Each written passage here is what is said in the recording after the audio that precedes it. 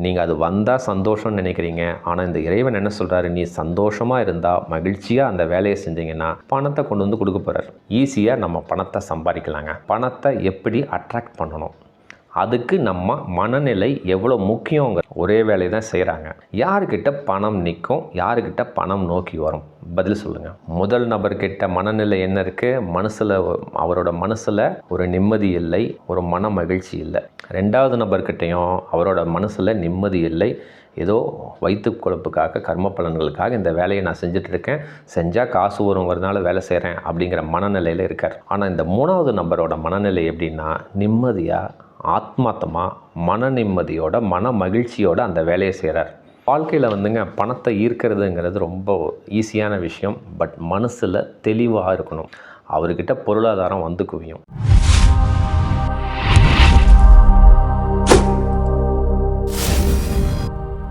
அன்பு வணக்கங்க. ஒரு அற்புதமான தலைப்பை நம்ம இந்த வீடியோவில் டிஸ்கஸ் பண்ண போகிறோம். கொஞ்சம் நீங்கள் உங்கள் வாழ்க்கையில் நீங்கள் ஒரு பிஸ்னஸ் செய்யலாம், இல்லை ஒரு வேலை செய்யலாம், வாட் எவர், நீங்கள் கொஞ்சம் பொருத்தி பாருங்கள். எந்த நிலையில் நீங்கள் சேஞ்ச் பண்ணிங்கன்னா நீங்கள் சக்ஸஸ் ஆவீங்க அப்படிங்கிறது இந்த வீடியோனுடைய முடிவில் நீங்கள் எனக்கு கமெண்ட் பண்ணுங்கள். நலமாக இந்த வீடியோ உங்கள் வாழ்க்கையில் ஒரு மிகப்பெரிய மாற்றத்தை ஏற்படுத்தும் அப்படின்னு நம்பிக்கைத்தன்மையோட இந்த வீடியோ நான் உங்களுக்கு போடுறேங்க. சிறப்பாக வீடியோக்குள்ளே போகலாம். அதாவதுங்க, நிறைய பேரோட கேள்வி, அதாவது பிஸ்னஸ்னாலே ஒரு லாபத்துக்காக தான் வேலை செய்கிறது, இல்லை எந்தவித மாற்று கருத்தும் கிடையாது. ஆனால் பிஸ்னஸ் லாஸ் ஆகிடுச்சு. ஒரு வேலை செய்கிறீங்க, ஒரு வேலை செஞ்சாலும் ஒரு வருமானத்துக்காக தான் வேலை செய்கிறோம். ஆனால் அந்த வேலையை திருப்தியாக செயல்படுத்த முடியல சார், நிறைய பாலிடிக்ஸ் இருக்குது சார், என்னால் அந்த இடத்துல வேலையே செய்ய முடியல, நான் என்ன செய்கிறதுனே தெரில சார், ரொம்ப மன உளைச்சலாக இருக்குது, டார்ச்சராக இருக்குது, ஒர்க் ப்ரெஷராக இருக்குது அப்படின்னு நம்ம சொல்கிறோம்.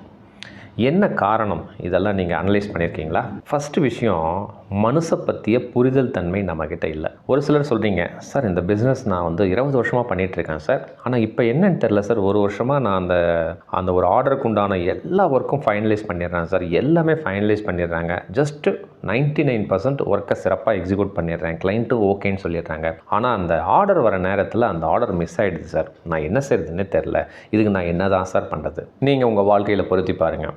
வெற்றி அடையலான்னு இருப்பீங்க, ஒரு பணம் எதிர்பார்த்துருப்பீங்க, திடீர்னு அது பார்த்திங்கன்னா அந்த ஆர்டர் கேன்சல் ஆகிடும். காரணம் என்ன? இந்த புரிதல் தன்மை நமக்கு விடை கிடச்சிருச்சுன்னா ஈஸியாக நம்ம பணத்தை சம்பாதிக்கலாங்க. பணத்தை எப்படி அட்ராக்ட் பண்ணணும், அதுக்கு நம்ம மனநிலை எவ்வளோ முக்கியங்கிறது தான் இந்த வீடியோனுடைய தொகுப்பு.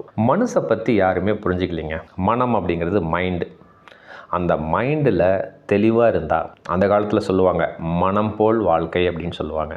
எண்ணத்தில் தெளிவாக இருந்தால் சிந்தனைகள் சூப்பராக இருக்கும், நம்ம தேவைகள் அற்புதமாக இந்த இறைவன் இல்லை நமக்கு மேலே இருக்கிற சக்தி அல்லது இந்த கடவுள் அல்லது நமக்கு பிடிச்ச தெய்வங்கள் சிறப்பாக கொடுக்கும் அப்படிங்கிறது தான் கான்செப்ட்.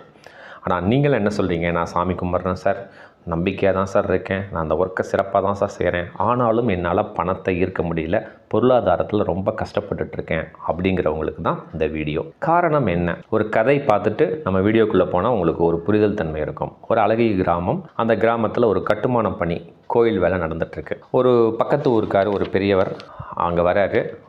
வேலையாட்கள்லாம் வேலை செஞ்சிட்ருக்காங்க. முதல்ல ஒரு வேலையாட்கள்கிட்ட போய் சொல்கிறாரு, என்னப்பா பண்ணிகிட்ருக்க அப்படின்னு கேட்குறாரு. நான் கல்லை ஏற்றிட்டுருக்கேன், லோட் பண்ணிகிட்ருக்கேன், தெரியலையா உங்களுக்கு அப்படின்னு சொல்லி கேட்குறாரு. இரண்டாவது நபர்கிட்ட போய் கேட்குறாரு, தம்பி என்ன தம்பி பண்ணிகிட்ருக்க, என்ன பெருசு கல் ஏற்றிட்டுருக்கேன், உனக்கு ஒன்றும் தெரியலையா, நானே ஏதோ வயிற்று பிழப்புக்காக வேலை செஞ்சுட்ருக்கேன், நீ வேறு பே பெருசு அப்படின்னு சொல்கிறார். மூணாவது ஒருத்தர்கிட்ட போகிறார், தம்பி என்ன தம்பி இந்த இடத்துல பண்ணிகிட்ருக்கீங்க? அவர் சொல்கிறார், ஐயா இந்த இடத்துல ஒரு கோயில் வருது, அங்கே இருக்கிறார் பாருங்கள், அவர் தான் ஓனர், இந்த கோயிலை அவர் தான் கட்டுறாரு, ஏதோ இறைவனர்களால் எனக்கு இந்த ஒரு அற்புதமான புண்ணியம் கிடைச்சிது, இதில் நான் ஒரு வேலை செய்கிறேன் அப்படின்னு சொல்கிறார். 3 பேருமே ஒரே வேலையை தான் சொல்கிறாங்க, ஒரே வேலையை தான் செய்கிறாங்க. யாருக்கிட்ட பணம் நிற்கும், யாருக்கிட்ட பணம் நோக்கி வரும், பதில் சொல்லுங்கள். முதல் நபர்கிட்ட மனநிலை என்ன இருக்குது, அவரோட மனசில் ஒரு நிம்மதி இல்லை, ஒரு மன மகிழ்ச்சி இல்லை. ரெண்டாவது நபர்கிட்டையும் அவரோட மனசில் நிம்மதி இல்லை, ஏதோ வயிற்று குழப்புக்காக கர்ம பலன்களுக்காக இந்த வேலையை நான் செஞ்சிட்ருக்கேன், செஞ்சால் காசு வருங்கிறதுனால வேலை செய்கிறேன் அப்படிங்கிற மனநிலையில் இருக்கார். ஆனால் இந்த மூணாவது நபரோட மனநிலை எப்படின்னா, நிம்மதியாக ஆத்மார்த்தமாக மன நிம்மதியோட மன மகிழ்ச்சியோட அந்த வேலையை செய்கிறார். அவர்கிட்ட பொருளாதாரம் வந்து குவியும். இவ்வளோதாங்க கான்செப்ட். நீங்கள் பொருத்தி பாருங்கள், நீங்கள் எந்த மனநிலையில் இருக்கிறீங்கன்னு பாருங்கள். அதுக்கப்புறம் அந்த ஊருக்கார் அந்த ஓனரை போய் பார்க்குறாரு. ஐயா நான் பக்கத்தூர்லேருந்து வந்திருக்கேன், நான் ஒரு மிகப்பெரிய கோயில் கட்டலான்ட்டு இருக்கேன், அந்த நபர் எனக்கு அனுப்புங்க, உங்கள் கோயில் வேலையெல்லாம் சிறப்பாக முடிக்கட்டும், அவர் தலைமையில் எனக்கு நீங்கள் ஒரு கோயில் கட்டி கொடுக்க சொல்லுங்கள் அப்படின்னு சொல்லி அவர் சொல்லிட்டு போகிறாரு. அந்த ஓனர் என்ன பண்ணுறாரு, அந்த 3வது நபரையும் கூப்பிட்டு, அப்பா இவர் கோயில் கட்டணும்னு சொல்கிறாரு, நம்ம வேலையெல்லாம் சிறப்பாக முடிக்கட்டும், ஒரு 6 மாதம் ஆகட்டும், பக்கத்து ஊரில் ஒரு மிகப்பெரிய செல்வந்தர், நீ அந்த கோயிலை சிறப்பாக கட்டி கொடுப்பா, உன்னோட தலைமையில் ஆட்களை வச்சு சிறப்பாக செயல்படுத்தி கொடு அப்படின்னு சொல்கிறார். இப்போ பாருங்கள், 3 நபர்கள் ஒரே வேலையை தான் செய்கிறாங்க. கொஞ்சம் பொருத்தி பாருங்கள். நீங்கள் ஒரு பிஸ்னஸ் செஞ்சிட்ருக்கீங்கன்னா உன்னரால் அதே பிஸ்னஸை சக்ஸஸாக பண்ணிகிட்ருப்பான். காரணம் மனநிலை. இப்போ ஒரு எக்ஸாம்பிள், ஒரு ஹோட்டல் இண்டஸ்ட்ரி நீங்கள் வச்சுருக்கீங்க, ரொம்ப கஷ்டப்படுறீங்க, என்ன செய்கிறதுனே தெரியல. ஆனால் இன்னொருத்தன் அதே ஹோட்டல் இண்டஸ்ட்ரியை உலகம் ஃபுல்லாக வச்சுருக்கிறான். ஒவ்வொரு சிட்டியில் 40 பிரான்ச் வச்சுருக்கான். அவன் பிஸ்னஸை டெவலப் பண்ணிகிட்டே போகிறான். உங்ககிட்ட வேலை செய்கிற 3 ஆள் வேலை செய்ய மாட்டேங்கிறான். அவன் எப்படி ஒவ்வொரு பிரான்ச்சில் 50 பேர் 100 பேர் வச்சு வேலை செஞ்சுட்ருக்கான். இதுக்கும் அந்த ஓனருக்கு யார் வேலை செய்கிறாங்கன்னு கூட தெரியாது. காரணம் என்னென்னா, மனநிலை சரியாக நமக்கு வச்சுருக்க தெரியல.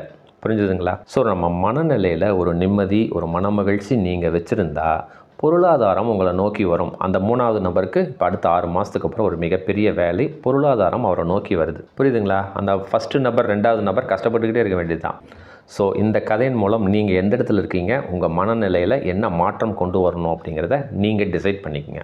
ஸோ வாழ்க்கையில் வந்துங்க, பணத்தை ஈர்க்கிறதுங்கிறது ரொம்ப ஈஸியான விஷயம். பட் மனசில் தெளிவாக இருக்கணும். அதனால தான் அந்த காலத்தில் பெரியவங்க சொல்லுவாங்க, மனம் போல் வாழ்க்கைம்பாங்க. மனசில் என்ன இருக்கோ அதுதான் வாழ்க்கையில் பிரதிபலிப்போம். நீங்கள் சொல்கிறீங்கல்ல, சார் ஆர்டர் கடைசி வரைக்கும் போகுது சார், என்னால் க்ளோஸ் பண்ண முடியல, மனசில் தெளிவில்லை. இப்போ புரியுதுங்களா? ஸோ இவ்வளோ தாங்க கான்செப்ட். ஸோ பணம் நம்ம ஈர்க்கணும் ஒரு வேலையிலையோ ஒரு பிஸ்னஸ்லையோ அப்படின்னு சொன்னிங்கன்னா மன தெளிவாக இருக்கணும்.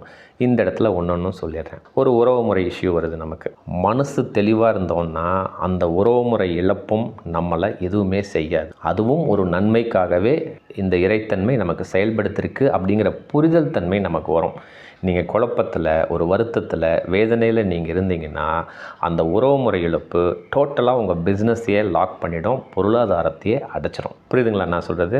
ஸோ கொஞ்சம் பாருங்கள், உங்களோட கூட இருக்கிறவங்க, உங்கள் நண்பர்கள் வட்டாரம், உறவு வட்டாரத்தெலாம் பாருங்கள். ஒரு உறவுமுறை இழப்பு ஏற்பட்டு பிஸ்னஸில் அதுக்கப்புறமா அவன் சைன் பண்ணுறாங்க அப்படின்னு சொன்னிங்கன்னா அவனோட மனநிலை ரொம்ப சூப்பராக இருக்கும்னு அர்த்தம். ஸோ அவனுக்கு அந்த உறவுமுறை பிரிவும் ஒரு வெற்றியே. ஸோ இந்த வீடியோட கன்க்ளூஷன் என்ன அப்படின்னு சொன்னீங்கன்னா, உங்கள் மனநிலையை தெளிவாக, சார் மனநிலையை நான் எப்படி சார் தெளிவாக வச்சுக்கிறது, உயர்வாக வச்சுக்கிறது அப்படின்னு தான், இதுதான் ஒரு கொஷின் மார்க். ஓகேங்களா? நான் பல வீடியோவில் உங்களுக்கு நான் சொல்லியிருக்கேன், இது ஒரு சின்ன ப்ராக்டிஸ் சார், நீங்கள் செயல்படுத்தினீங்கன்னா உங்கள் மனநிலை ஒரு மகிழ்ச்சியாக, ஒரு நிம்மதியாக வச்சுருந்தீங்கன்னா உங்கள் பொருளாதாரம், உங்கள் தேவைகள் அற்புதமாக நடக்கும் அப்படின்னு பல இடத்துல பல டைமென்ஷனில் நான் சொல்லியிருக்கேன். நிறைய பேர் என்ன நினைக்கிறீங்கன்னா, சார் இந்த ஆர்டர் க்ளோஸ் பண்ணி இந்த பணம் வந்துருச்சுன்னா நான் சந்தோஷப்படுவேன் சார். யோசனை பண்ணி பாருங்கள். சார் இந்த வீடு மட்டும் நான் கட்டிட்டா ரொம்ப சந்தோஷப்படுவேன் சார். சார் என் பொண்ணுக்கு மட்டும் கல்யாணம் நடந்துருச்சுன்னா ரொம்ப சந்தோஷப்படுவேன் சார். சார் எனக்கு இந்த வேலை கிடச்சிருச்சுன்னா நான் ரொம்ப சந்தோஷப்படுவேன் சார். இந்த சொத்து மட்டும் சார் கொஞ்சம் கோர்ட் கேஸாக இருக்குது சார், இது மட்டும் கிடச்சிருச்சுன்னா என்னோடய கடனெல்லாம் அடைச்சிட்டு நான் ரொம்ப சந்தோஷமாக இருப்பேன் அப்படின்னு சொல்லி வருத்தத்தில், வேதனையில், துக்கத்தில் நம்ம இருக்கோம். கொஞ்சம் மாற்றி ரிவர்ஸாக யோசனை பண்ணுங்கள். அந்த கதையை ஞாபகம் வச்சுக்கோங்க. நம்ம செய்கிற வேலை, நம்ம செய்கிற செயல்பாடுகள், நம்ம செய்கிற தொழிலை அந்த நேரத்தில் நீங்கள் மகிழ்ச்சியாக, சந்தோஷமாக செயல்பட்டால், இதுதான் முக்கியமான கன்க்ளூஷன். நீங்கள் அது வந்தால் சந்தோஷம்னு நினைக்கிறீங்க. ஆனால் இந்த இறைவன் என்ன சொல்கிறாரு, நீ சந்தோஷமாக இருந்தால், மகிழ்ச்சியாக அந்த வேலையை செஞ்சீங்கன்னா பணத்தை கொண்டு வந்து கொடுக்க போகிறார். பொருளாதாரம் உங்களை நோக்கி வரப்போகுது. நல்ல நபர்கள் உங்களை நோக்கி வருவாங்க. இவ்வளோ தாங்க கான்செப்ட். புரியுதுங்களா? அதனால் எல்லாருமே என்ன நினைக்கிறீங்கன்னா, சார் இந்த கடன் மட்டும் நான் அடைச்சிட்டா நான் எங்கேயோ போயிடுவேன் சார், இந்த சொத்து மட்டும் என்கிட்ட வந்துட்டா நான் நல்லா இருப்பேன் சார் அப்படின்னு சொல்கிறதெல்லாம் விட்டுட்டு, இப்போது சந்தோஷமான மனநிலையில், நிம்மதியான ஸ்டேட்டில் உங்கள் மனசில் நீங்கள் செயல்பட்டால், நீங்கள் என்ன சொத்து நினைக்கிறீங்களோ அதை விட 100 மடங்கு வரும். என்ன லாபம் நினைக்கிறீங்களோ அதை விட 10 மடங்கு அதிகமாக வரும். ஸோ இந்த வீடியோ உங்கள் மனசை ஒரு மிகப்பெரிய மாற்றத்தை ஏற்படுத்தும் அப்படின்னு நான் நம்புகிறேன். எந்த தொழில் செய்கிறவங்களாக இருந்தாலும், எந்த ஒரு வேலை செய்கிறவங்களாக இருந்தாலும், பணத்தை எப்படி நம்ம ஈர்க்கணும், நம்மக்கிட்ட பணம் நிற்க மாட்டேங்குது அப்படிங்கிறவங்க மனசை பற்றி ஃபஸ்ட்டு ஒரு புரிதல் தன்மையை அண்டர்ஸ்டாண்ட் பண்ணிக்கோங்க. அந்த மனசில் எப்போ நீங்கள் ஒரு சந்தோஷமான, ஒரு மகிழ்ச்சியான, ஒரு நிலையான ஸ்டேட்டை, நீங்கள் நிம்மதியான ஸ்டேட்டை எப்போ எக்ஸிக்யூட் பண்ணுறீங்களோ, இந்த பணம்ங்கிறது ஒரு பை ப்ராடக்ட்டுங்க. பணத்துக்காக தான் நம்ம வேலை செய்கிறோம். பட் அதை நோக்கி ஓடாதீங்க. மன நிம்மதியோடு நிறைவாக அந்த வேலையை செஞ்சிங்கன்னா பணம் உங்களை நோக்கி ஓடி வரும். இவ்வளோதாங்க கான்செப்ட்டு. இந்த இடத்துல ஒன்று நான் ஒரு கன்க்ளூஷனாக சொல்கிறேன். வருத்தங்கள், வேதனைகள், துக்கங்கள் நம்ம லைஃப்பில் இருந்துக்கிட்டே தான் இருக்கும். அந்த மன நிம்மதியோடு இருக்கிறவங்களுக்கும் ஒரு வருத்தமான சூழ்நிலைகள், ஒரு உறவு முறையினாலேயோ ஒரு பண இழப்போ வாழ்க்கையில் ஏற்படும்.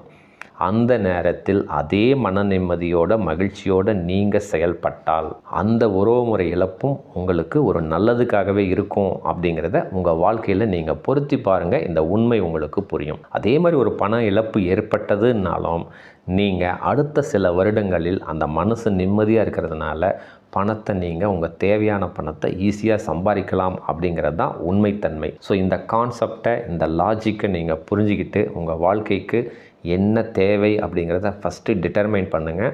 பணம் சம்பாதிக்கணுன்னா ஃபஸ்ட்டு தேவை மனசை பற்றி புரிதல் இருக்கணும், மன நிம்மதி தேவை. சந்தோஷமான ஸ்டேட்டில் இருந்தீங்கன்னா பல லட்சங்கள் உங்களை தேடி வரும். புரியுதுங்களா? இல்லைன்னா இறைவனே நீங்கள் உங்கள் கூட கூட்டிகிட்டு வந்து நீங்கள் வச்சுருந்தாலும் நம்ம பண தேவைகள் நடக்காது. இவ்வளோ தான் ஃபார்முலா. சிறப்பாக இதை செயல்படுத்துங்க. இந்த வீடியோ உங்களுக்கு ஒரு மாற்றத்தை கொடுத்துருக்குன்னு நான் நம்புகிறேன். இந்த வீடியோவை உங்கள் நண்பர்களுக்கு, உறவினர்களுக்கு சிறப்பாக ஷேர் பண்ணுங்கள். அடுத்த வீடியோவில் இன்னும் ஒரு அற்புதமான தலைப்பில் நலமாக சந்திக்கலாங்க. மிக்க நன்றி, மகிழ்ச்சி.